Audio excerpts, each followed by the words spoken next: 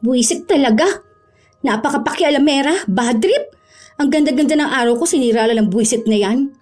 Lagi na lang gawain ng ibang taong nakikita. Akala ata porket hindi niya nakitang kumilos, napakatamad na. May iba-iba namang gawain ng bawat tao. Kapitbahay lang naman. Daig pa yung biyanan ko kung manduhan ako sa gagawin ko. Hindi lang nga nakakatulong na merwisyo pa. Bakit ka nagdadabog dyan? Wala ka namang gamit dyan, di ba? Hindi rin ikaw ang naguhugas. Wala ka nang ginagawa sa bahay na to, nagdadabog ka pa? Ay, grabe naman yung ugali na yan. Paano natitiis ni Maricel tong ganito? Pwede ba? Utang na loob, ayoko maging bastos. Please lang, wag mo akong sagarin. Ayoko maging masamang tao. Wag mo naman sanang pakialaman ang buhay ng ibang tao. Kung hindi ka naman apektado, wag mong punahin. Isa pa, ilugar mong sarili mo. Tandaan mo, kapitbahay ka lang. Kumare ka lang ni Mama Maricel. Hindi kita nanay, hindi kita lola. Hindi ka nila kaano-ano. Kapitbahay ka lang. May mga tao talagang hindi nabubuo ang kanilang araw kung wala silang napapansing mali sa ibang tao. Kailangan laging may opinyon at komento sa ginagawa nila. Ganon ang ugali ni Waning. Masyado siyang pakialamera lalo na sa buhay ng iba. Ito rin ang magiging dahilan para tamasahin niya ang parusa ng langit. Makakaya niya pa kayang harapin ito o sadyang kahit anong pagsisisi niya ay huli na ang lahat para sa pagbabago. Mars, may bago pala kayong kasama sa bahay? Madalas ko kasing napapansin itong mga nakaraang araw na may dalagang naglalagi dyan sa labasan nyo eh. Yung kasama ng isa mong anak? Girlfriend ng bunso ko. Bagong nobya ng anak mo? Umuwi-uwi pa ba yan sa kanila? Eh, saan ba yun nakatira? Malapit lang ba sa atin? Baka sa inyo hanapin ang magulang niya yan. Hindi, dito na talaga siya titira sa amin. Nagkausap naman na kami ng magulang niya at pumayag na rin naman sila. Nag-iipon na rin naman sila para magpakasal pero uunahin lang talaga muna makagraduate ng college. Ay naku, Mars! Ano na lang ang sasabihin sa inyo ng asawa niyo kapag umuwi siya? Nangungonsinti kayo ng mali. Bakit kayo pumayag na dalhin yan dito ng anak mo? Buntis naman ba kaya ganyan? Baka kayo pa ng asawa mo ang mag-away kapag nalaman niya yung ganyan. Ipagpatuloy niyo lang kaya ang paglalaban ninyo. Huwag niyo nang isipin kung ano man ang sasabihin ng mister ko dahil alam niyang lahat ng nangyayari dito. Nasa tamang edad naman na ang mga bata. Nagkaroon lang ng problema sa kanila kaya dito na muna namin pinatuloy. Aalis na ako. Tuwing linggo ay nagpupunta si Waning sa kumaring si Maricel para maglabada.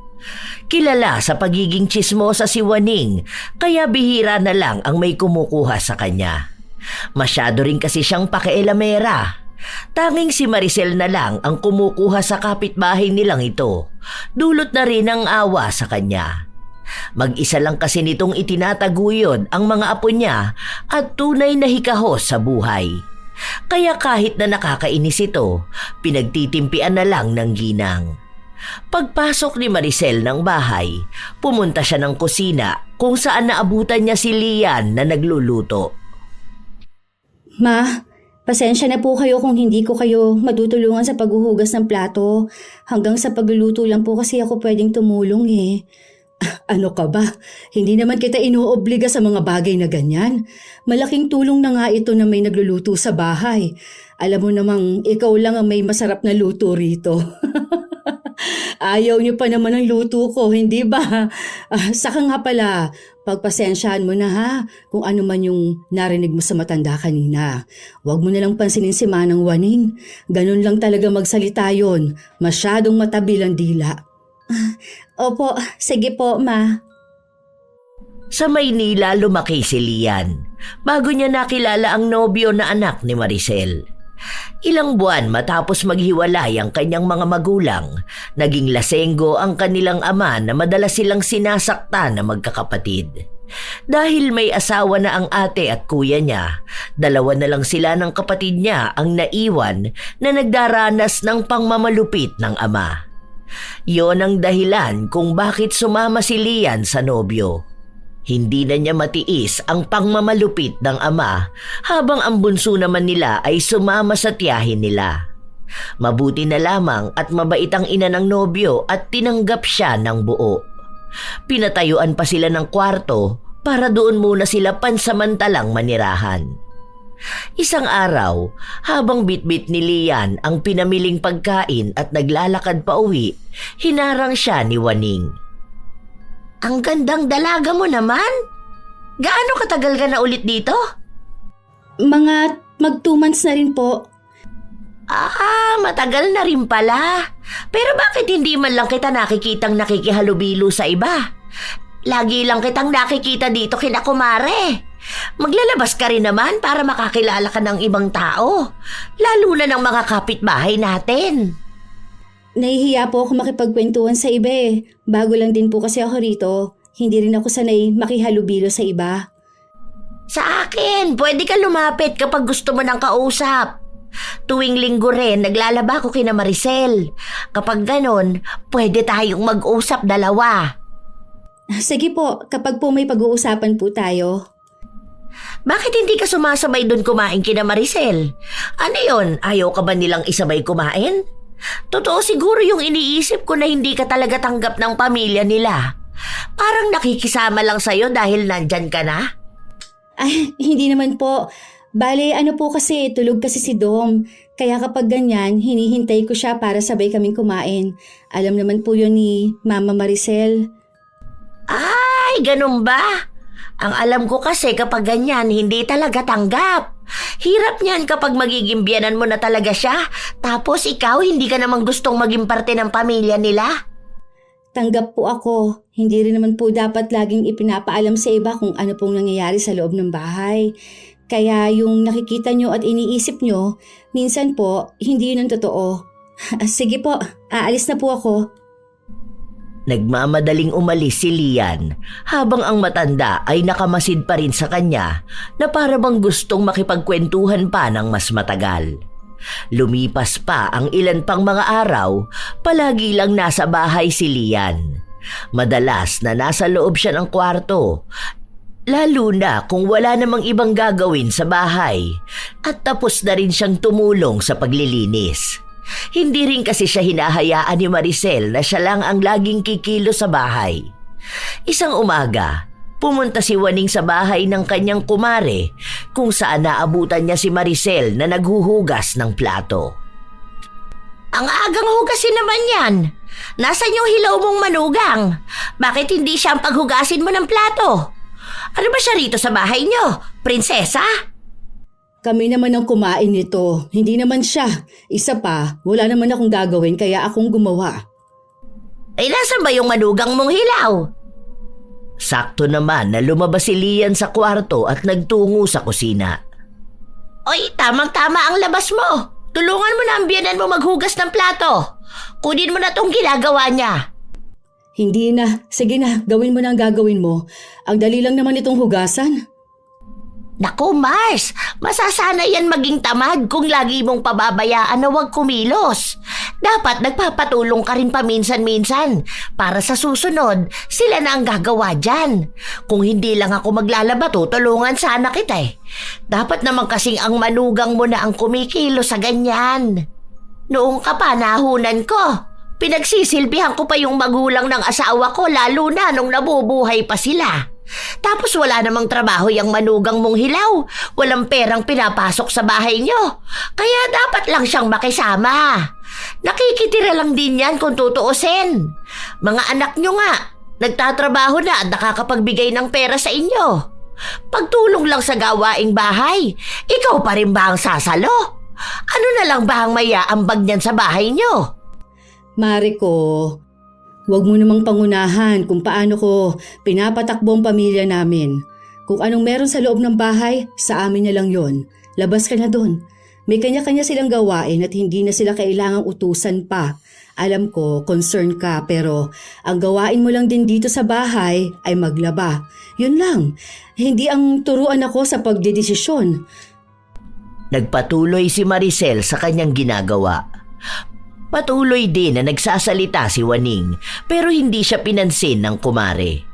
Kaya ang ginawa na lang niya ay kinuha ang mga labada.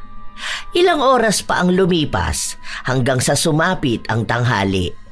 Nasa kusina si Lian, nagluluto. Pumasok naman sa loob ang kanyang biyenan. Okay ka lang po ba, Ma? Naiinis lang ako. Ang ayoko sa lahat yung pinakikialaman ako sa gawain ko. Masyado na kasing pakialamerang matandang yun. Ang tagal na naming magkasama at yan lagi ang pinagtatalunan namin. Hindi siya marunong makiramdam.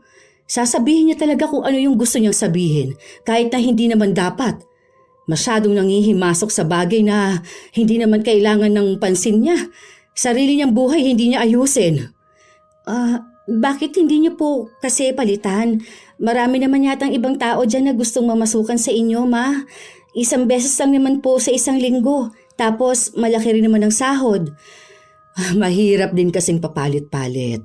Alam mo na, mahirap magtiwala sa iba. Mapagkakatiwalaan naman yan. Pero yung ugali niya kasi, porket mas matanda siya, parang mas alam na niyang lahat. Madali lang po siyang palitan kung tutuusin. Nasanay lang po talaga kayo sa kanya. Oo, ganun na nga. Kaso nababastosan na ako sa kanya ngayon. Gutom lang din po siguro yan, Ma. Teka po, tapos na rin naman po ako magluto. Gisingin ko na lang din po si Dom para makakain na po tayo. Sandali lang po. Paglabas ni Lian para puntahan ng nobyo, nadaan siya kung saan nagpapahinga sandali si Waning. Tinawag siya nito na mukhang may nakakainis na namang sasabihin. Buti naman lumabas ka na ng kwarto. Tumulong ka naman dun sa biyenan mo. Tumutulong naman po ako. Kaya lang, hindi niyo naman po pwedeng ipagawa sa akin lahat. Kayo po, parang hindi pa kayo nakakalahati sa nilalabahan niyo Baka mamaya abutin na naman kayo ng gabi. Marami na naman kasing pinamiling damit si Selena, kaya heto, marami na naman ang nilalaban ko. Ang dami-dami na nga niyang damit Sige pa rin sa gastos ng pera. Wala naman ako magagawa dahil hindi rin pinagsasabihan ni Maricel ang anak niya. Hinahayaan niya lang din naman na maging maluho. Marunong ka na bang magluto? Magaling ako magluto. Baka gusto mong turuan kita. Para naman may maiambag kang gawain dyan sa inyo. Marunong na po ako. Hindi na po kailangan. Baka naman nahihiya ka lang Marami akong alam na lutuin. Kasi alam ko sa mga ganyang edad sa'yo, mga kulang yan sa karanasan. Lalo na sa henerasyon ngayon. Paano ka nalang tatagalan ng nobyo mo kung hindi ka masarap magluto? Baka maghanap pa yan sa ibang babae. Hindi naman po siya ganun. Saka nung wala pa ako dito, hindi na siya naghanap ng iba. Ngayon pa kayang andito ako? Ay kaya nga sinasabihan kita, hanggat maaga matuto ka na dapat. Kaysa gumaya ka sa iba dyan. Alam mo bang yang si Maricel, hindi marunong magluto. Halos pagtawanan pa nga siya ng mga matatanda dito dahil laging umaasa sa mister kahit dati pa. Kung wala siguro ang asawa niya, puro itlog lang ang inuulam nila. Mabuti na lang at nakahanap siya ng magaling magluto. Kaya nga ngayong umalis na yung asawa niya, wala nang nagluluto para sa kanila. Dati-rate kapag may okasyon, ang dalas nilang magpakain. Ngayon, wala na dahil walang marunong sa kanila. Napakaswerte niya lang sa asawa. Ginawa talaga siyang prinsesa. Walang alam na gawaing bahay. Mabuti na lang din umalis asawa niya para matuto man lang sa buhay. Kaso yung mga anak na babae, nagmana sa kanya. Tapos yung nag-iisang lalaki, nag-asawa agad. Hindi pa naman po kami mag-asawa. Hindi pa kayo mag-asawa sa lagay na yan nagsasama na kayo. Isa pa yan, nako. Dapat nagpakasal muna kayo. Kababae mong tao, ang ganda mo pa naman tapos ang aga mong lumandi. Ano na lang ang sasabihin ng ibang tao sa'yo? Hindi ka man lang nahihiya kapag may nagtatanong sa'yo, tapos sasabihin mo, may ka-live-in ka na. 20 years old na po ako. Kung tutuusin, nasa edad na rin po ako para mag-boyfriend. Wala naman pong masamang magkaroon ng boyfriend Siguro naman po, may boyfriend na rin ang iba sa mga apo ninyo. Pero wala sa kanila ang nag-uwi ng nobyo sa bahay ko o kahit ang umalis para makitira sa ibang tao. Ganyan na lang ba ang ipagmamalaki mo sa magulang mo? Bata ka pa kaya pinaaalalahanan kita. Hindi lahat ng matatanda ay bibigyan ka ng payo katulad ko. May gagawin pa po ako. Ilang araw pa ang nakalipas pero napapansin na rin ni Waning na walang pinagbago ang dalaga. Hindi pa rin ito masyadong lumalabas ng bahay o kaya naman ang nagkukusang maglinis ng harapan ng bahay. Noong linggo, bago maglabas si Waning, nilapitan niya si Lian na nasa kusina habang naghihiwa ito ng gulay. Hoy, hindi ka ba pinagsasabihan ng biyanan mo? Hindi ka dapat nagsusuot ng ganyang klase ng damit. Napagsabihan na rin kita noon nakaraan, di ba? Hindi lang dapat sa pagluluto ka tumulong. Hindi naman kita nakikitang nagkukusang kumilos dito sa bahay niyo eh. Diyan lang naman ang bahay ko, tanaw na tanaw ko ang nangyayari dito. Kung sana nakikita kong nagkikilos ka, wala ka namang maririnig na kung ano-ano mula sa akin. Hindi pwede yung ganyang katamaran. Mabait lang talaga si Maricel kaya hindi ka pinagsasabihan. Ang tamad mo na nga kung makapagsuot ka pa, akala mo nagbebenta ka ng katawan. May mali po ba sa suot ko? Nakasando lang naman po ako, saka nasa loob lang naman po ako ng bahay. Abay, sa sobrang iksi niyang pambaba mo, para bang wala kang short. Kulang na lang panty na lang ang suotin mo. Ganyan ka ba talaga, ha? Sa bagay, nag-asawa ka nga pala ng maaga. Isa lang ang ibig sabihin nun. Nandito po kayo sa amin. Malamang po makikita niyo po talaga akong nakaganito. Ano po bang gusto ninyo? Nakapangmadre ako? Sa inis, tinigil na muna ni Lian ang kanyang ginagawa at nagpunta sa kwarto ng kapatid ng nobyo. Ayaw niyang lumabas dahil malamang ay pakikialaman na naman siya ng matanda. Isa yon sa dahilan kung bakit ayaw lumabas ni Lian. Nahuhusgahan na lang siya palagi, lalo na kapag nariyan si Waning. Isang araw, hindi bumisita ang kapitbahay nila sa bahay, kaya malaya siyang nakapagpahinga sa sala. Maya-maya pa ay dumating si Maricel. Marunong ka bang magluto ng maha blanca? Ayoko kasing humingi ng tulong kay Ate Waning. Yun kasi magaling yun magluto. Hindi ko pa po nasusubukan, Ma, pero mapag-aaralan ko naman. Meron naman po niyan sa YouTube. Basuyo nga ako, nak, para mabili ko na bukas ang mga kailangan. Kaso Ma, baka hindi ko po pala yun magawa. Sasamahan ko po si Dom bukas, magpapacheck up po. Hindi ko po alam kung anong oras na kami makakauwi nun. Ay, ganun ba? Wala palang choice kundi humingi ng tulong kay Ate Waning. Sige, makikisuyo na lang ako sa kanya. Kailangan kasi ng ate mo. Birthday nga raw ng boss niya. Kinabukasan, maagang nagpunta si Maricel kina Waning para sa pinapasuyo niya. Pagdating sa ganong mga bagay, mabait naman si Waning. Maaasahan din siya sa kahit na sinong kapitbahay nila. Sadyang may kakaiba lang sa ugali niya na kinaiinisan. Habang tumutulong na magluto ang matanda, napansin niya na naglalaro lang sa cellphone ang anak ni Maricel. Pansin ko na ganyan yung anak mo, no? Minsan dalawa sila nung manugang mong hilaw. Yan lang din naman ang kasiyahan ng dalawa. Ganyan din kinaadikan ng mga anak ko at apo ko. Ang ingay-ingay pa naman nila kapag naglalaro ng ganyan. Tapos hindi mo rin mapakiusapan na huwag maingay para naman makatulog ang mga tao. Dito naman sa bahay, may oras kung hanggang kailan lang sila pwede maglaro. Alam mo ba na pinagsabihan ko yung manugang mong hilaw? Ang sabi ko nga tuturuan ko siya magluto para naman may maitulong sa inyo. Kaso mukhang ayaw naman niya. Sa susunod na lang siguro, may ginagawa rin yun eh. Nag-aaral din siya, di ba?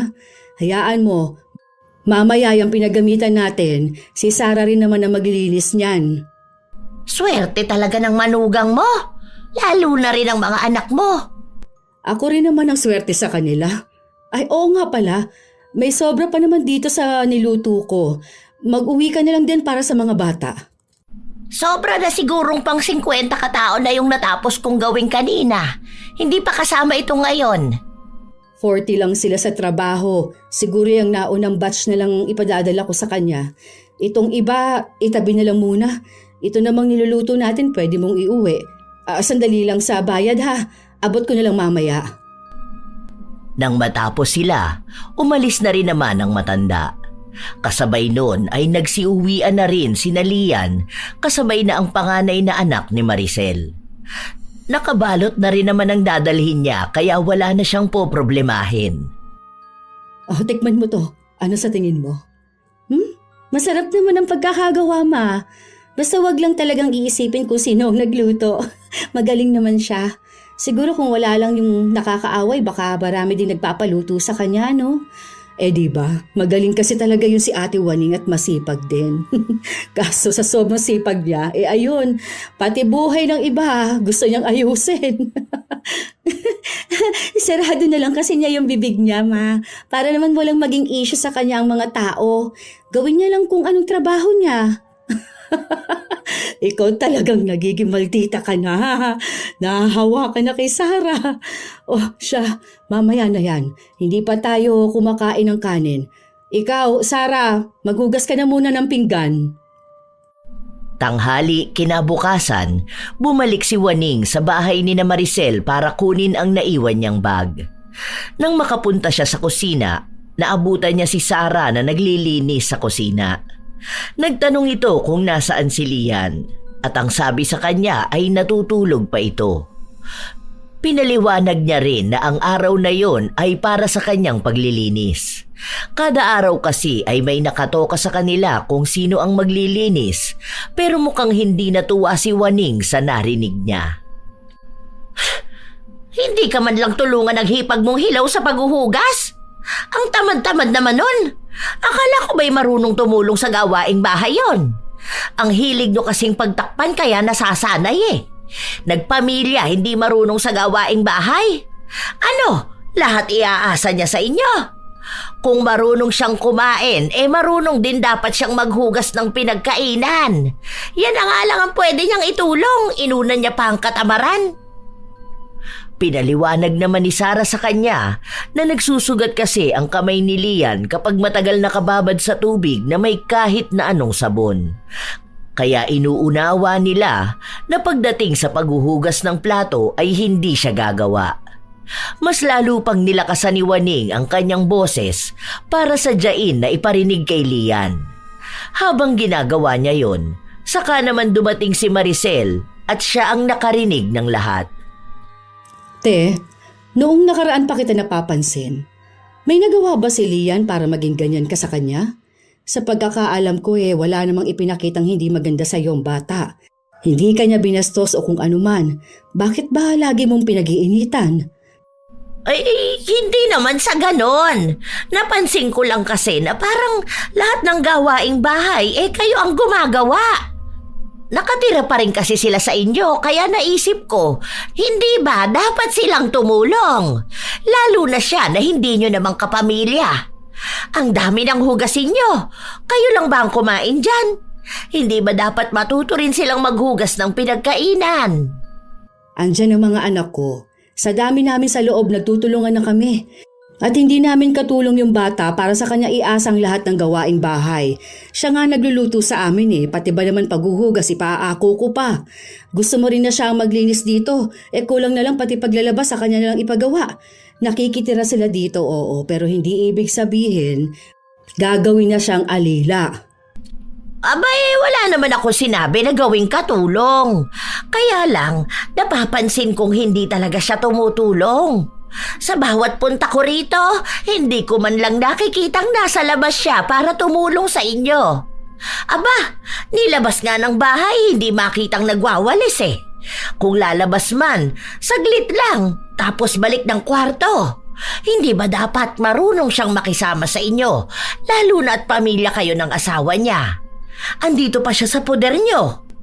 Nakikisama naman yung bata. Tumutulong nga siya sa gawaing bahay pero hindi pwedeng lahat ng oras sa harap mo siya kumikilos. Ano bang gusto mo? Nakikita mo ang bawat kilos niya?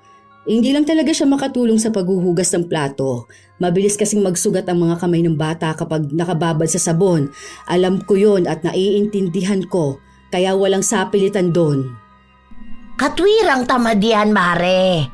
Ngayon lang ako nakarinig ng nagsusugat ang kamay sa tagal ko nang naghuhugas at naglalaba. Malamang kinulang lang yan sa gawaing bahay, kaya ganyan. Hindi kasi kumikilos.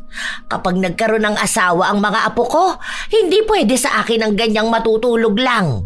Kailangan niyang kumilos sa bahay. Hindi pwedeng hihila-hilata na lang siya.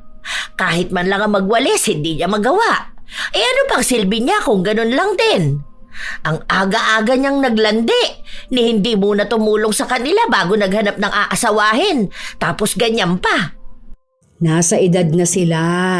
Tsaka hindi mo siya kilala. Hindi mo alam kung anong pinagdaanan sa buhay ng tao. Basta ako, tanggap ko siya. Yun lang naman ang mahalaga. Buhay na namin to, kaya wag mo nang pakialaman. Inaalala ko lang kasi kayo. Kasi kayo ang masasagad kung hindi kayo magsasalita. Sagutin niyo pa rin naman sila, kaya anong masama kung tutulong sila sa inyo? Na dapat naman talaga responsibilidad nila. Kaya kasi nasamantala ng ibang tao dahil dyan sa kabaitan nyo.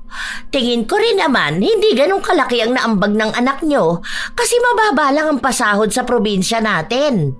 Imposible namang makapagbigay ng malaki ang bunso mo. Lalo na sa fast food lang naman nagtatrabaho. Working student pa.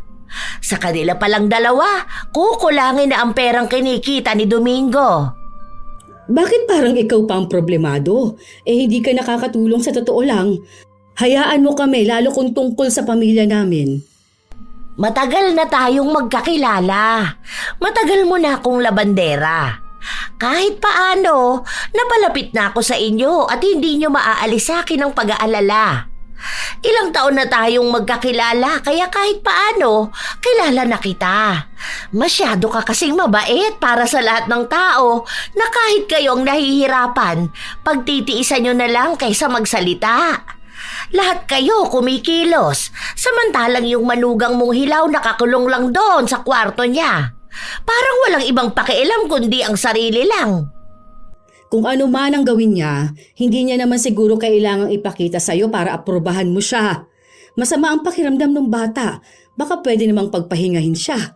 Hindi mo pwedeng ipaako sa iisang tao ang lahat ng gawaing bahay para lang masabing tumutulong siya. Hindi ko siya tinanggap dito sa pamamahay ko dahil kulang kami sa katulong. Tao ko siyang tinanggap dito, kaya huwag kang gumawa ng ikagugulo namin. Napapagod na akong umawat. Hindi ko rin naman gusto ng gulo, Mare. Gusto ko lang ipaintindi sa kanya na nakatira siya sa inyo. Kung sa ibang bahay lang yan, baka sa kanya na ipinagawa lahat. Kaso sa akin siya nakatira. Gusto ko na itong ganitong tahimik kami. Huwag mo nang pakialaman pa. Please lang, kung wala ka ng ibang sasabihin, umalis ka na. Nang kinagabihan, nagpunta si Maricel sa kusina para kumuha ng tubig. Naabutan niya si Lian na nagpapainit ng pagkain. Masakit ang tiyan nito. Bakit kasi hindi ka lumabas kanina? Ngayon sinusumpong ka na naman ng sakit ng tiyan. Sabi ko naman sa'yo, wag mo nang pansinin yung matanda na yun. Lahat dito pinakikialaman niya talaga. Sino ba naman po kasing hindi mahihiya, ma? Ang lakas din naman po ng boses niya. Rinig talaga ng mga kapitbahay ang mga sinabi niya naghahanap lang yun ng atensyon. Alam mo na, matanda na, pero napagsabihan ko naman na siya. Naiinis na nga ako sa kanya. Kaunti na lang po talaga papatulan ko na siya. Kaya nga sabi ko sa'yo, hanggat maaari iwasan mo na lang. Pagpasensyahan na lang natin. Kailangan niya ng pagkakakitaan at kailangan din namin ng serbisyo niya. Hindi rin yun nananakit pero masakit lang talaga magsalita. Kaso po nakakapikon pa rin kahit na panay lang siya salita. Panay na lang akong nakikita niya. Ang dami naman sanang ibang kapitbahay dyan. Yun na nga. Kaaway na nga niyang lahat, di ba? Kasi nga pakialamera siya. Ay, ewan ko ba, basta kasi naaawa ako sa kanya. Kapag hindi natin binigyan ng trabaho, kawawa ang pamilya niya, magugutuman talaga. Hindi naman kaya ng konsensya ko kapag ganun. Kahit sabihin ng iba na't ang tanga ko sa sobrang bait ko. Naging kumare niyo pa po. Hindi niyo na kailangan ng kaaway kung may ganun na kayong kakilala. Paano niyo po ba natatagalan yung ugali na ganun? Awa na lang din siguro, iha. Yun na lang talaga. Huwag kasi siya masyadong pakialamera. Tsaka papansin, magiging okay pa kami. Huwag niya akong pansinin, hindi ko rin siya papansinin. Mahaba lang din talaga ang pasensya ng mga tao rito sa bahay, kaya napagtiyagaan siya. Sige na, kumain ka na muna riyan ha. Babalik na rin ako sa ginagawa ko. Ilang araw pa ang lumipas, hindi na natapos-tapos ang parinigan ni Lian at Waning. Pumapatol na rin kasi ang dalaga dahil sa inis na nararamdaman niya. Nagmamatigas si Lian na ayaw ring magpatalo sa matanda, kaya sa tuwing magpaparinig ito sa dalaga, ay siya namang balik ni Lian ang parinig sa matanda. Isang araw, saktong nasa labasan si Maricel. Habang kausap ni Sarah si Lian sa bakuran, biglang dumating ang matanda kaya pumasok na lang sa kusina si Lian para makaiwas. Pero sumunod sa kanya si Waning na noong una ay hinahanap si Maricel dahil may sasabihin ito. Pero ang napansin ng matanda ay ang paglilinis ni Sarah. Ano? Ikaw lang ba ang tao rito sa inyo? Bakit palaging ikaw na lang ang naaabutan kong naglilinis ng bahay? Anong gawain ng isa? Buhay prinsesa ba? Magkasama lang kayo kapag puro paglalaro sa cellphone. Ay, naku naman. Kapag may kasama ka nga namang tamad sa bahay, ang hirap-hirap. Natigilan sa pagsasalita si Waning matapos na makarinig ng malakas na kalampag. Buwisit talaga. Napakapakialamera. Bad trip. Ganda-ganda ng araw ko, sinira lang ng buwisit na yan. Lagi nilang gawain ng ibang taong nakikita. Akala ata porket hindi niya nakitang kumilos, napakatamad na. May iba-iba namang gawain ng bawat tao. Kapitbahay lang naman, daig pa yung biyanan ko kung maanduhan ako sa gagawin ko. Hindi na nga nakakatulong na merwisyo pa. Bakit ka nagdadabog dyan? Wala ka namang gamit dyan, di ba? Hindi rin ikaw ang naguhugas. Wala ka nang ginagawa sa bahay na to, nagdadabog ka pa? Ay, grabe naman yung ugali na yan. Paano natitiis ni Maricel tong ganito? Pwede ba? Utang na loob. Ayokong maging bastos. Please lang, huwag mo akong sagarin. Ayokong maging masamang tao. Huwag mo naman sanang pakialaman ang buhay ng ibang tao. Kung hindi ka naman apektado, huwag mo nang punahin pa. Isa pa, ilugar mong sarili mo. Tandaan mo, kapitbahay ka lang. Kumare ka lang ni Mama Maricel. Hindi kita nanay, hindi kita lola, hindi ka nila kaano-ano. Kapitbahay ka lang. Si Sarah ang pumagitna sa kanila. Umiinit ang tensyon kaya pinaalis na lang ni Sarah ang kapitbahay nila. Halata rin naman kay Waning na hindi siya papayag na nabastos siya ng ganun lang. Pagdating ni Maricel, agad namang kinuwento ni Sarah ang nangyaring kaguluhan kanina. Ilang beses na ring pinakiusapan ni Maricel ang matandang kapitbahay pero pilit lang din itong sinasabi na wala siyang masamang intensyon sa kanila. Gusto niya lang turuan si Lian na maging responsable sa bahay. Isang araw, dumating ang piyesta ng kanilang barangay. Ang bawat bahay ay nagbukas ng kanilang mga tahanan para sa mga dayo. Ilan doon, mga kakilala na rin naman nila. Marami din doon ang naging kaibigan ni Maricel. Oo, yung anak ni Maricel, yung bunso. Kilala mo yon, di ba? Ang bata pa noon pero nag-asawa na. Ayun, kasama nila dyan sa bahay tapos napakatamad. Kung alam nyo lang. Napakaswerte niya talaga na buti na lang na si Maricel ang biyenan niya. Daig pa aswang na ayaw makihalubilo sa ibang tao eh. Kahit na masama ang sinabi ni Waning, sumama pa rin naman siya sa loob ng bahay ng kumare para tumulong sa paghahanda. Tuwing may piyesta sa kanila, sa bahay talaga ni na Maricel ang may pinakamaraming bisita. Nagpupunta rin kasi ang mga kapwa guro niya. Habang tumutulong si Waning sa pagluluto, panay ang pagpaparinig niya kay Lian na dinadaan niya lang sa biro. Dahil doon, pumasok sa loob ng kwarto si Maricel. Inaya niyang lumabas si Lian para ipakilala sa iba. Oo nga pala, si Lian, yung kinakasama ng bunso ko. Graduating student na siya.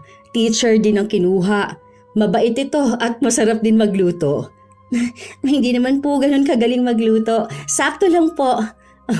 Siya yung kinukwento ko sa inyo. Kasundo niya rin yung mga kapatid ni Domingo.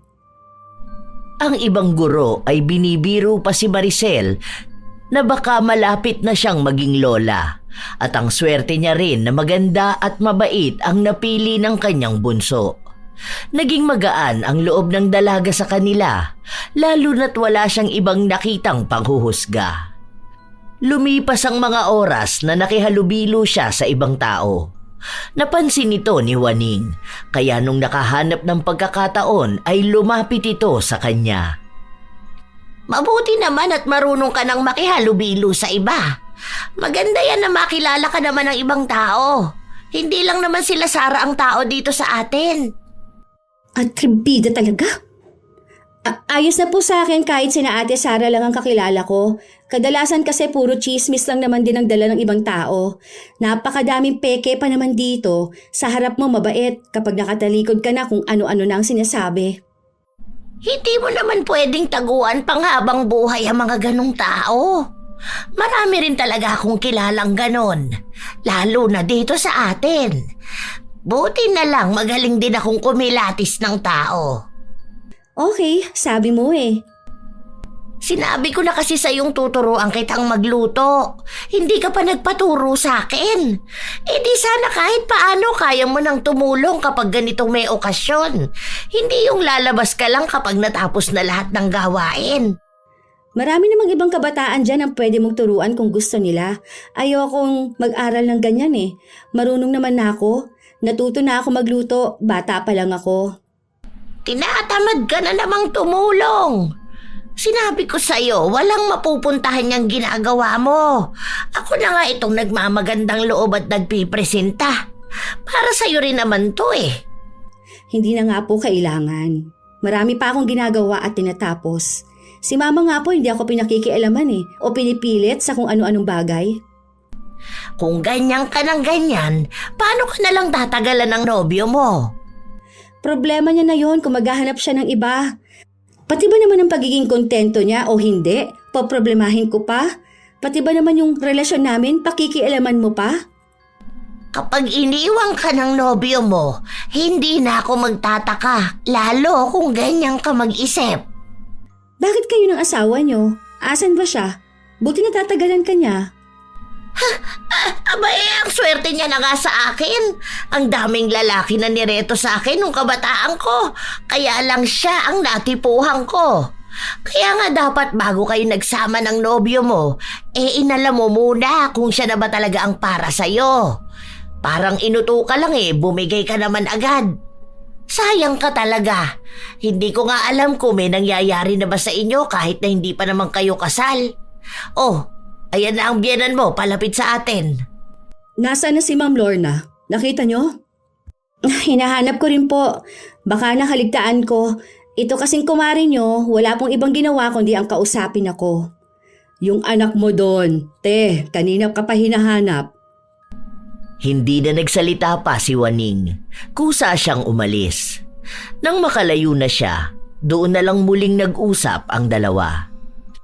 Habaan mo na lang ang pasensya mo, ha? Hindi po ba pwedeng ibang tao na lang ang tawagin natin kapag ganitong may okasyon o anuman? Nakaka-bad trip na po kasi na lagi na lang ganyan sa tuwing nagkikita kami. Ako nang napapagod sa nagmamarunong na matandang yun. Siya na ang bida sa lahat. Paulit-ulit na lang lagi. Tapos hindi niya rin nakikita yung mga mali niya. Laging ibang tao ang may mali. Ang hirap din kasing maghanap ng taong mas maayos at mas masarap magluto sa kanya. Kahit ako parang ayoko na rin siyang kunin. Kaso wala Ayoko namang napapahiya kapag may handaan. Lagi pa namang marami nagpupunta sa bahay. Baka isang araw mabalitaan niyo na lang po nakasaksak ako ng tsismosa kapag nagpatuloy pa to.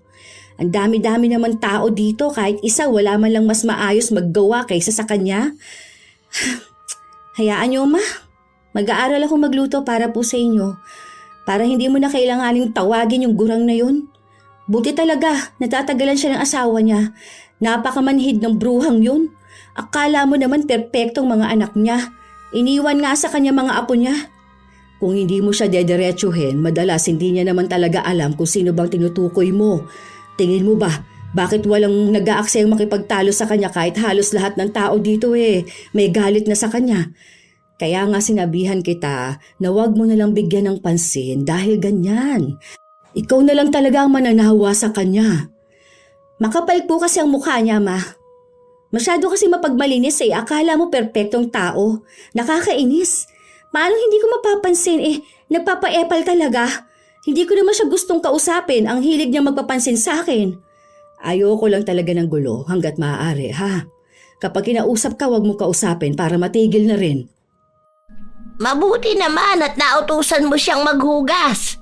Kung hindi pa siguro natambak ang hugasin, hindi pa siya magtutulong sa paghuhugas, ano? Sabi ko naman sa'yo, tumutulong siya sa amin. Hindi ko na kailangan pang utusan. Naintindihan ko namang tuwing linggo ka lang nandirito kaya hindi mo alam ang nangyayari sa loob ng bahay. Kaya hindi maiiwasang hindi ka alam. Isa pa, sinabi ko naman sa'yo na hindi mo na kailangang bantayan ang bawat kilos ni Lian. Nga pala, pwede ko bang isama itong kapatid ko? Ngayong araw lang na paglalaba ko. Gusto lang kasi ng kausap. Kung hindi lang naman sana bawal. Wala naman akong sinabing bawal. Basta kapag maglalaba lang kayo, walang masama na may kasama ka. Total, babae lang din naman siya para may kakwentuhan ka na rin. Medyo mainit kasi sa amin hindi siya sanay sa mainit. De aircon kasi sila sa kanila, hindi tulad sa atin hanggang hangin lang ng puno. Mahal magpa-aircon. Pero ayos lang, malamig naman sa labas, mahangin. Ay naku, sinabi mo pa. Ang mahal ng kuryente namin, kaya nga lagi akong nasa labas lang. Para makatipid na rin ba? Ikaw ba, hindi ka ba magpapalagay ng aircon? Wala akong balak. Baka lalong hindi magsilabas ng bahay ang mga bata. Mga taong bahay kasi ang mga anak mo Yung panganay mo, lumalabas lang talaga kapag papasok sa trabaho. Pero noon pa man, di talaga nagpapakita sa ibang tao. Naku, wag na ang mga anak kong ikwento mo. Kahit yung mga anak at apo mo na lang, te. Ay oo nga pala, medyo maselan pala ang panganay mo kapag ganyang usapin. Yung asawa ni Mare, nasa abroad. Diba nga yung asawa mo galing din abroad? Tumangulang ang kapatid niya. Ilang sandali pa, sinabi niya na may negosyo rin silang pinapalago. Kasabay pa na nakapangasawa nga ang anak niya ng mayaman. Maganda nga yung ganyan. Malaki rin ang kitaan kapag may farm. Ang galing lang. Si Maricel kasi, 20 years nang nagtatrabaho. Hanggang ngayon wala pang napupundar. Yung asawa niya naman halos 10 taon ang wala rito. Kulang lang siguro sila sa diskarte. Baka pwede mo siyang payuhan. Ito akin lang ha. Kontento kasi kami kung anong meron kami. Kung gusto mo manghingi ng payo, pwedeng-pwede pero magkaiba tayo ng gusto. Mas gusto ni Mister ang nakakagala katulad ngayon. Total, mga malalaki na ang mga bata at hindi na kailangang bantayan. Kung gusto niya nang tumigil magtrabaho, ayun, ayos lang din. Kahit bukas na bukas tumigil siya, pwedeng-pwede dahil may ipon naman kami. Pero mas gusto niya kasi doon sa abroad at mas marami siyang kasamahan na kailangan pa siya. Alam mo namang hindi makasarili ang mister ko para isipin lang ang sarili niya at umuwi na lang basta-basta. Dahil inaalala niya rin yung mga tao niya doon. Tsaka masaya ako sa anumang meron ako ngayon. Masaya kaming pamilya. Hindi ko kailangan gawin kung ano ang ginagawa ng iba. Kung gusto mong umasenso sa buhay, ayan, may kapatid ka pala na kaya magbigay ng payo sa'yo. Sa inis ni Maricel ay umalis siya at iniwan ang dalawa. Noong pumasok sa loob ng bahay si Maricel, saka naman lumabas ang panganay niya para magtapon ng basura. Nagparinig pa ito na mukhang ang patama ay kay Waning. Magsisimula na sana siyang maglaba pero tumayo siya para iwan yon. Ay nako! Tara na nga! Ang susuplado talaga ng mga tao rito, parang hindi marunong makisama. Ikaw na nga itong nagmamagandang loob tapos babastusin ka pa. Lalo na yung malditang anak ni Maricel. Ay naku, bata pa lang ang tabel na ng dila. Kaya naman walang gaanong kaibigan dito sa atin. Masyadong mataas ang ere. Akala mo kung sino? Yaman-yamanan pa, samantalang umaasa pa rin naman sa magulang. Kaya siguro ni wala pang nobyo dahil sa kasungitan at kadaldalan. Maganda nga, kaya may mga nagkakagusto pa rin. Pero nako, maldita talaga yung batang yan. Nagmamadaling umalis si Waning kasama ang kanyang kapatid. Kitang-kita nila kung paano mainis ang matanda kaya natutuwa si Lian. Matapos makitang nakasarado na ang gate, lumabas si Lian sa kwarto. Natatawa naman ako dun sa ginawa ni ate. Hindi na rin niya kaya ano. Alin, hindi ko narinig. Pero kilala ko si ate mo. Kapag may gustong sabihin ako, sasabihin niya talaga. Matapang. Kaya nga halos lahat dito inis sa kanya. Sana kung gaano siya kadiretso magsalita, ganun ka rin para hindi ka naaabuso, ma.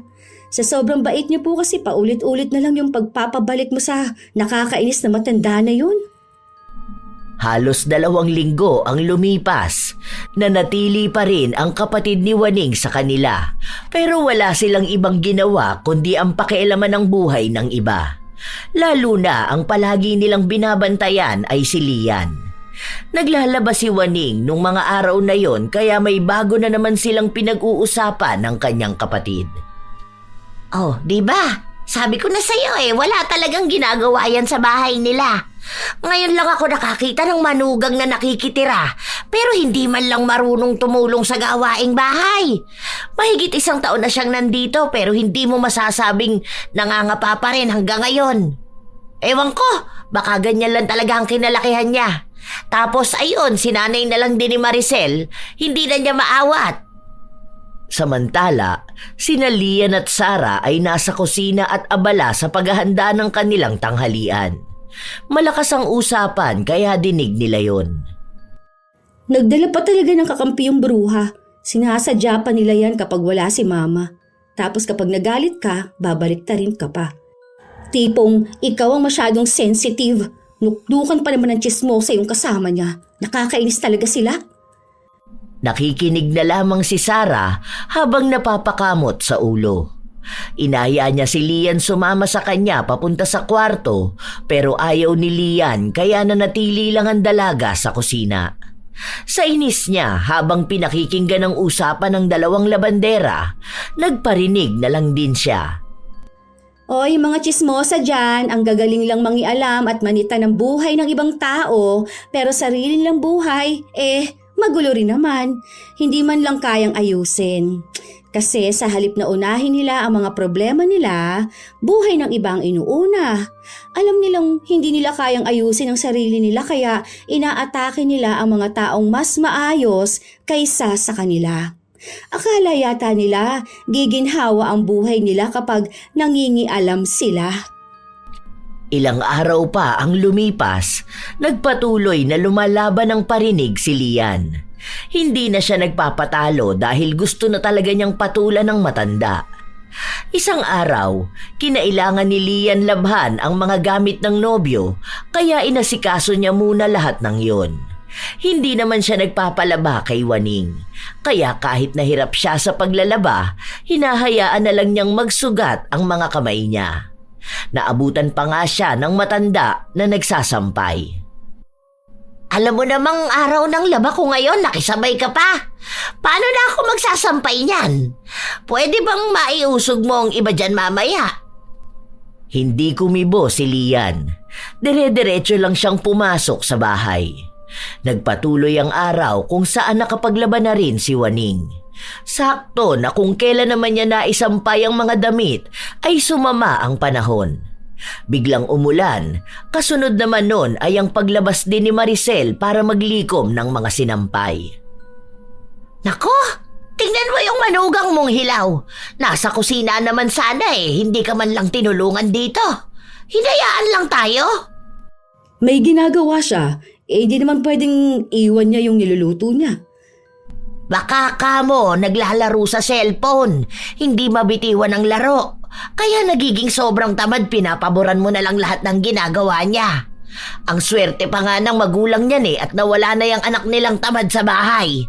Siguro kaya pumayag silang dito na tumira para mabawasan ang iniisip nila. Swerte kami sa batang yan. Napakasipag niya at kami pa nga ang walang masabi dahil ang dami niyang naitutulong dito. Hindi ko talaga makita ang kasipagang sinasabi mo. Lagi mo lang namang pinagtatakpan yung batang yan. Nandiyan pa ba mga magulang niyan? Naibalik mo na lang kaya? Ano bang sinasabi mo? Masaya kaming kasama si Lian. Wala na rin naman siyang mauuwian dahil hiwalay na ang mga magulang niya. Sila magkakapatid na lang ang magkasama. Kaya nga bilib ako sa kanila eh. Kahit gano'n na sitwasyon, hindi nila iniiwan ang isa't isa.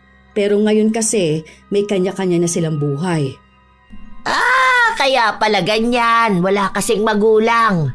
Siguro kaya iniwan ng mga magulang niya dahil sa ugali niya. Lagi kasing nakakulong sa kwarto. Hindi lumalabas. Hindi mautusan. Napagod na sigurong pagsilbihan yung mga tamad nilang anak.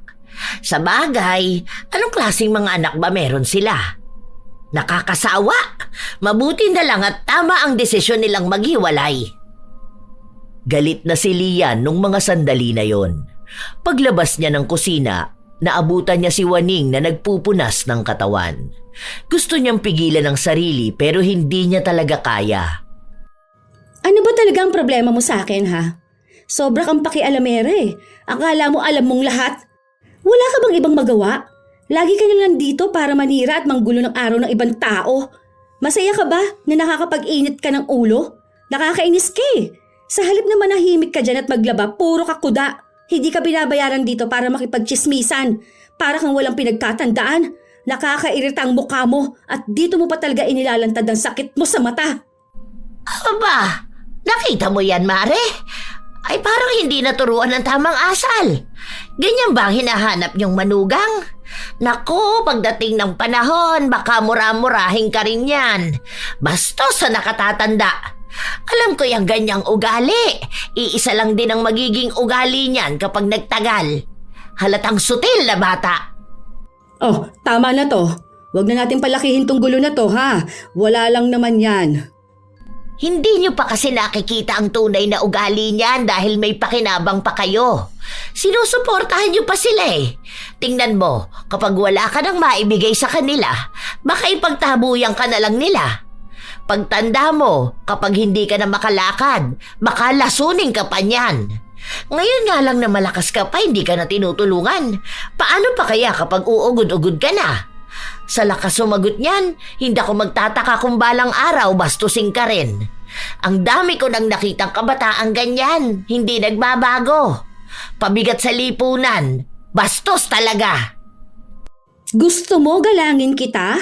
Umaasal kang taong kalye tapos gusto mo respetuhin ka? Hindi ka naman mukhang gagalang-galang, chismosa ka. Basta makapanira ka ng tao kahit ano lumabas dyan sa bibig mo, sige lang. Ang galing mo rin gumawa ng kwento, no? Baliw na lang ang maniniwala sa'yo. Ang malas na magiging manugang mo. Ang galing mong manita ng mali ng tao. Pero sarili mo, hindi mo alam itama. Wala kang ibang ginagawa kundi pansinin lahat ng kilos ko. Anong gusto mo? Sundin kong lahat ng payo mo para lang tumahimik ka? Gusto mo ng perpektong manugang? Bakit? Perpekto ka? Hindi ka naman pamilya ng asawa ko para pakisamahan ko. Pero pinakikisamahan pa rin kita. Subukan mong gawin niya sa magiging manugang mo. Baka kulang pa itong murang matatanggap mo sa akin ngayon. Akala mo naman kaya mong suportahan na magiging pamilya ng anak mo. Samantalang ang alam mo lang gawin, paanda rin yung bibig mong malaki. May kinikita ka ba sa paninira? O ano bang napapala mo? Yan lang ba ang nagbibigay saya sa'yo? Ang tagal ko na nagtitimpe ha. Tumatanda kang paurong. Tama na yan, tama na. Itigil mo na yan, Lian, tama na ha.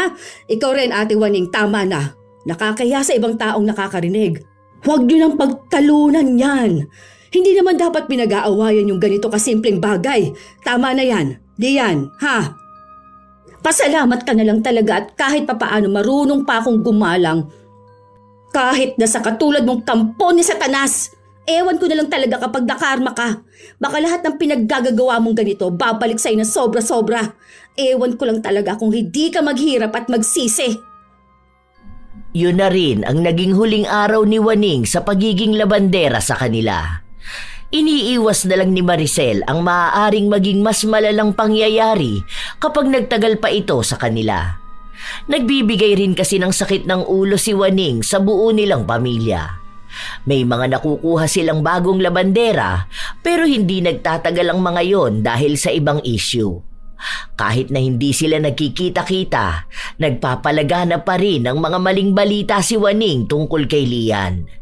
Dahilan para lalong hindi makalabas ng bahay si Lian. Tingnan mo, ma. Kahit wala na dito yung matandang yun, perwisyo pa rin ang dala niya. Hindi talaga nahihiya sa sarili. Ang lakas ng loob manira ng tao. Buti at may naniniwala pa sa kanya kahit ganyan ang ugali niyan. Panay sila tanong kung humingi na raw ako ng tawad pagkatapos ko siyang bastusin. Bakit? Ako bang nauna? Sabi ko naman kasi sa'yo, pabayaan mo na lang siya. Gamay niya nang mambaliktad ng tama at mali. Sa huli ikaw pa rin ang nagiging masama, hindi ba? Kilala ko na kasi yan. Tsaka alam mo naman ng mga tao, hilig din na makisawsaw kahit na alam nilang ugali ng iba. Dapat po pala hinayaan ko na lang siyang dumada ng dumada. Sita siya ng sita. Bakit? Ano po bang ginawa kong masama? Porket ako lang hindi niya kilala kaya kinakaya-kaya niya lang ako? Ganun po ba yon? O dahil ako yung bago na hindi niya mauto? Bakit niyo po ba kasi naisipang yun ang kuning labandera? Alam niyo naman po palang ma-attitude yung matanda na yun. Kung ako yun, hindi ko po talaga tatagalan ng ganung ugali. Kaya nga, hindi masyadong nalabas sa mga ate mo. Dahil ganun, wala kasi akong ibang mahanap na mas malinis ang labada kaysa sa kanya. Kahit naka-washing kinukusot niya pa. Tsaka malaking tulong na rin yun sa kanila dahil nag-aaral pang mga anak nun. Tapos ang dami niya ring apo. Lahat yun kargo niya. Sinabi ko naman na sa'yo to dati, di ba? Tsaka nakikita mo naman. Kung ganyan ang nanay ko, maglalayas na lang po ako. Hindi ko kakayanin yung araw-araw akong sisitahin sa lahat ng gawain. Buti sana kung talagang kasita-sita. Pero yung maliliit na bagay lang naman sana, hindi na lang palagpasin. Ang malas ng anak niya sa kanya, sobra. Ganyang klaseng ugali niya? Sus, tagal-tagal ko nang pinagtitimpian yan, ma. Kung hindi lang po dahil sa inyo, baka nasa bunutan ko na po siya. Oh, hayaan mo na. Huwag mo nang pansinin. Wala naman na siya rito. Ay, yun na nga. Wala na siya rito pero yung paninira niya, hindi pa matigil-tigil. Ang init-init ng mata niya sa akin para namang ikauunlad niya kapag nasira ang pangalan ko. Tiisin mo na lang kasi mawawala rin naman yung mga chismis nila na yun. Wala lang talaga magawa ang ibang tao. Sana nga po matapos na, ma. Nakaka-stress po, sa totoo lang. Kung pagtutuunan mo siya lagi ng pansin, ikaw lang rin ang kawawa. Isipin mo na lang na kaya ganun siya magpapansin dahil hindi niya makuha sa bahay nila yung pansin na gusto niya. Yung panganay niyan kasi nakipagtanan din noon. Kaya nga nagkaroon siya agad ng apo. Tapos yung isa niya pang anak ganun din. Tapos ngayon wala na, hindi na umuuwi. Hindi niya alam kung nasaan na ba. Kaya siguro naiinis sa'yo. Siguro mga 1 taon na rin hindi nagpapakita yung panganay niya. Lalaki naman yon pero parang ang daming panganay. Kung ako naman ang nasa sitwasyon niya, ma, mas lalo akong hindi lalabas ng kwarto. Mahihiya pa nga. Pero kahit anong sabihin mo, ma, walang dahilan para manira siya ng ibang tao. Napakamalas ko rin kung siyang magiging nanay ko. Mas kontento na ako sa mga magulang ko. Kahit na ganun ang buhay ko noon, mas maayos pa. Kesa naman na makisama sa ganung ugali ng tao. Kumare mo kasi siya, may. Tapos maawain ka. Kaya iniintindi mo talaga siya. Wala rin siyang masabi patungkol sa'yo dahil may naitutulong ka sa kanya. Pero po ako, ganun, ma. Hindi ko po kaya yung tatag ninyo at pag-unawa ninyo sa ibang tao. Pasensya na po kayo, ha? Hindi ko kasi talaga kaya yung ako lang lagi ang sinisisi kahit hindi naman niya ako kilala.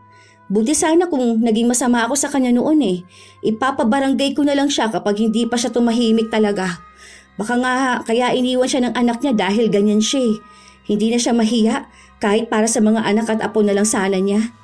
Isipin niya rin naman po mga tao sa paligid niya. Hindi po yung nagiging makasarili siyang masyado.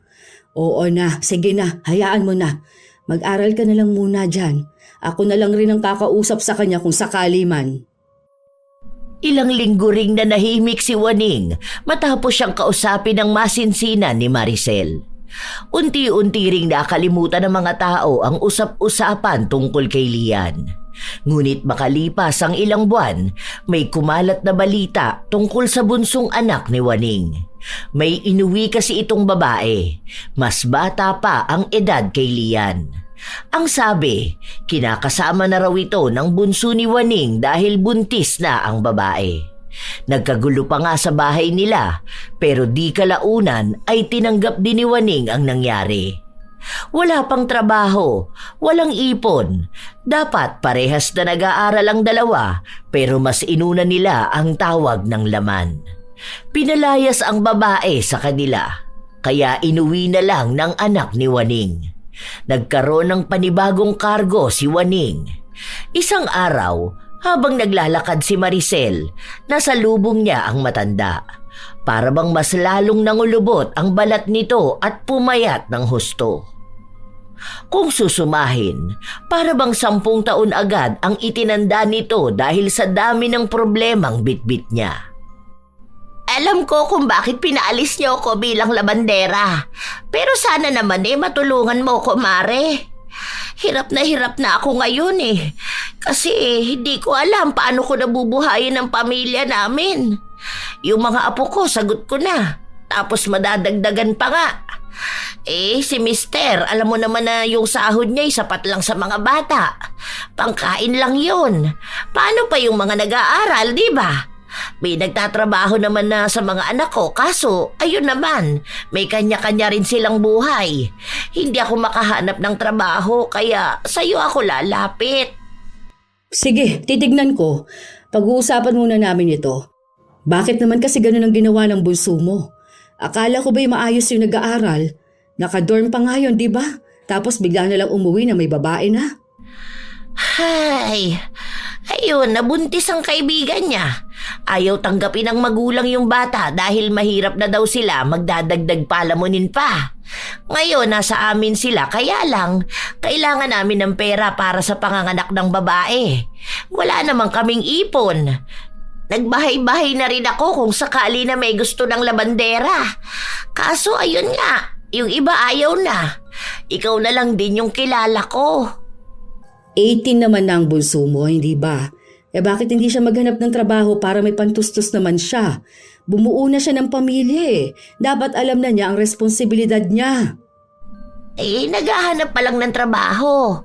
Hindi rin namin sigurado kung magkakasya ang sasahurin niya para nga sa panganganak nung kinakasama niya. Maselan kasi ang pagbubuntis ng babae. Basta ang daming kailangan. Kasi nga, bata pa lang nabuntis na. Dami naming problema ngayon. Nako, lalo na talaga sa pera. Wala naman ibang tutulong sa akin. Humingi na ako ng tulong sa kapatid ko kaso wala rin namang maibigay. Kaya dapat doble kayod ako. Sige, pumunta ka sa bahay sa linggo. Ako na lang munang kakausap sa mga bata tungkol dito. Pasabi na rin kay Lian na pagpasensyahan niya ako ha. Masyado ako naging pakialamera kaya nagalit siya ng sobra sa akin. Kasalanan ko rin naman talaga yun. Hindi lang naman dahil doon kaya siya nagalit. Marami talaga kayong nagawa. Pero sana kung babalik ulit kayo sa amin, wag na lang sana maulit yung awayan ha. Kung hindi rin naman hihingi ng opinyon ninyo, wag na kayong magsasalita. Yun din sana yung klase ng ugali na baguhin ninyo. Kasi sa totoo lang ha, mahirap talaga kapag ang dami mong nakakaaway dahil sa pagiging pakialamera mo. Umuwi na si Maricel kung saan kinausap niya ang mga anak niya patungkol sa pagtulong nila kay Waning. Hindi sila kumbinsido sa desisyon ni Maricel pero mukhang wala rin naman silang magagawa sa kabutihan ng ginang. Sa paglipas ng mga linggo, may bago na namang balita na kumalat sa kanilang lugar. Na ang babae pala na inuwi ng anak ni Waning ay may asawa.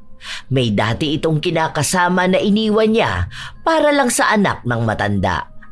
Minsan pa ngang umuwi ang bunso ni Waning na puno ng pasa at sugat sa katawan dahil binugbog ito ng dating asawa ng babae. Madalas din nilang naririnig na pinagmumumura at sinasagot ng babae si Waning.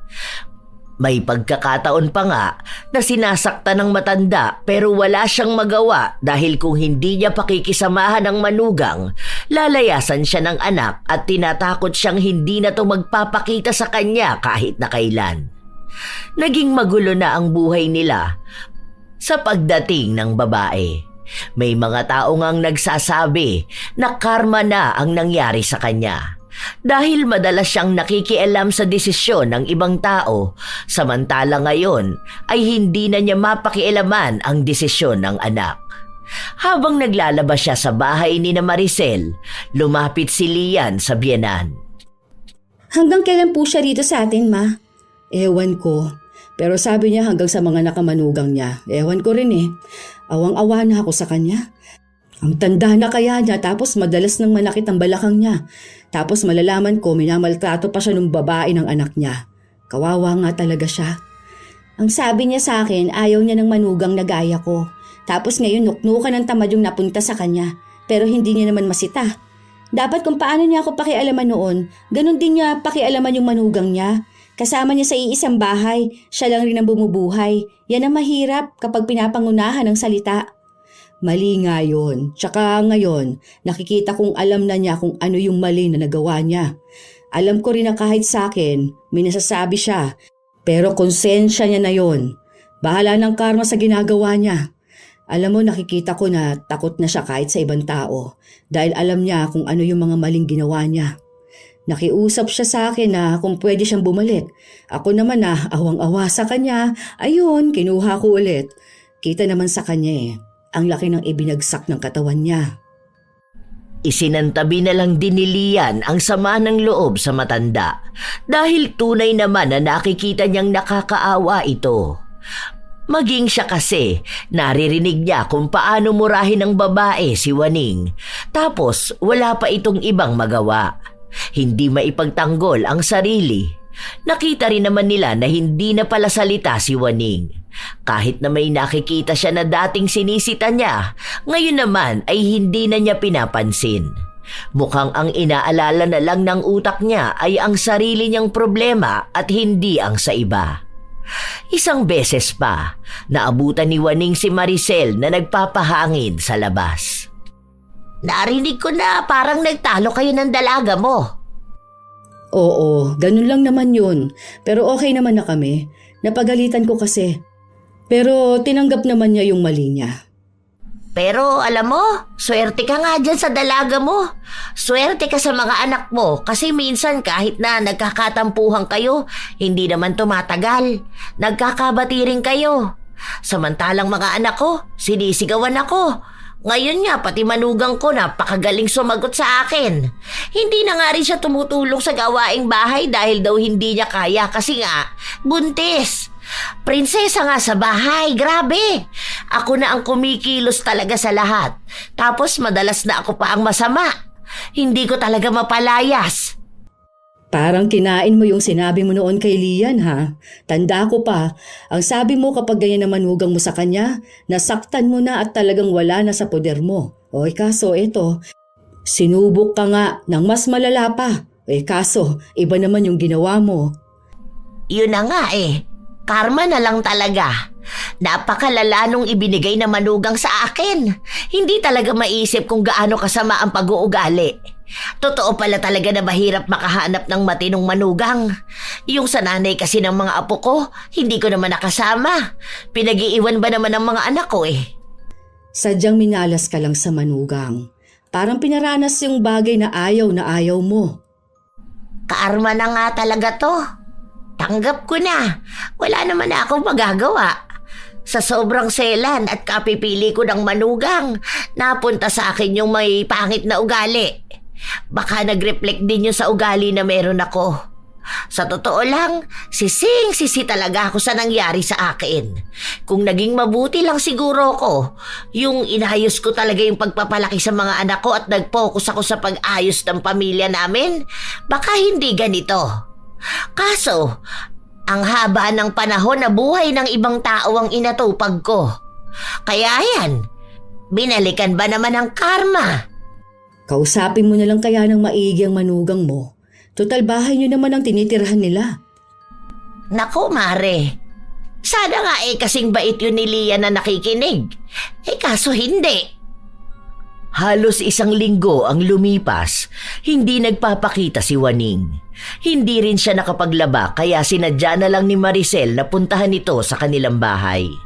Nagulat pa siya nung makitang nakaupo lang ang matanda habang may benda sa paa. Oh, Ano nangyari sa'yo? Ayos ka lang ba? Kaya pala hindi ka nakapaglabas sa bahay, may nangyari pala sa'yo. Pasensya ka na, Mare. Mukhang hindi yata ako makakapaglabada sa inyo. Hindi ko alam kung kailan ulit eh. Kailangan kasing hintayin maghilom tong sugat ko. Baka ma-impeksyon pa. Ano ba kasi nangyari dyan? Napagsabihan ko yung manugang ko. Tapos ayun, nagtalo-talo na sila rito sa bahay. Habang nagtatalo sila, ayun, naitulak ako tapos tumama ako dyan. Yan o, sa nakausling kawayan. Natusok talaga tong binti ko. Dinala ko sa ospital. Muntikan pa nga ako mahimatay kasi ang daming dugo. Tinahipa ka mo ito. Oo, anong sabi ng anak mo? Imbis nga na humingi ng pasensya, ayun, sa akin pa isinisi ang lahat. Si Mister ang nagalit. Pinapabukod na nga yung dalawa. Gagawa na lang sila ng bahay dyan sa kabila. Pero syempre, sagot pa rin namin kasi wala naman silang pera eh. Ano ba naman yun? Ay, pero sige, magpagaling ka na lang. May trabaho ka pa rin namang babalikan. Sana maging maayos ka na. Maraming salamat sa tulong mo, ha? Ikaw lang talagang nakakaintindi sa akin. Sorry talaga. Pasensya na sa mga nagawa ko noon.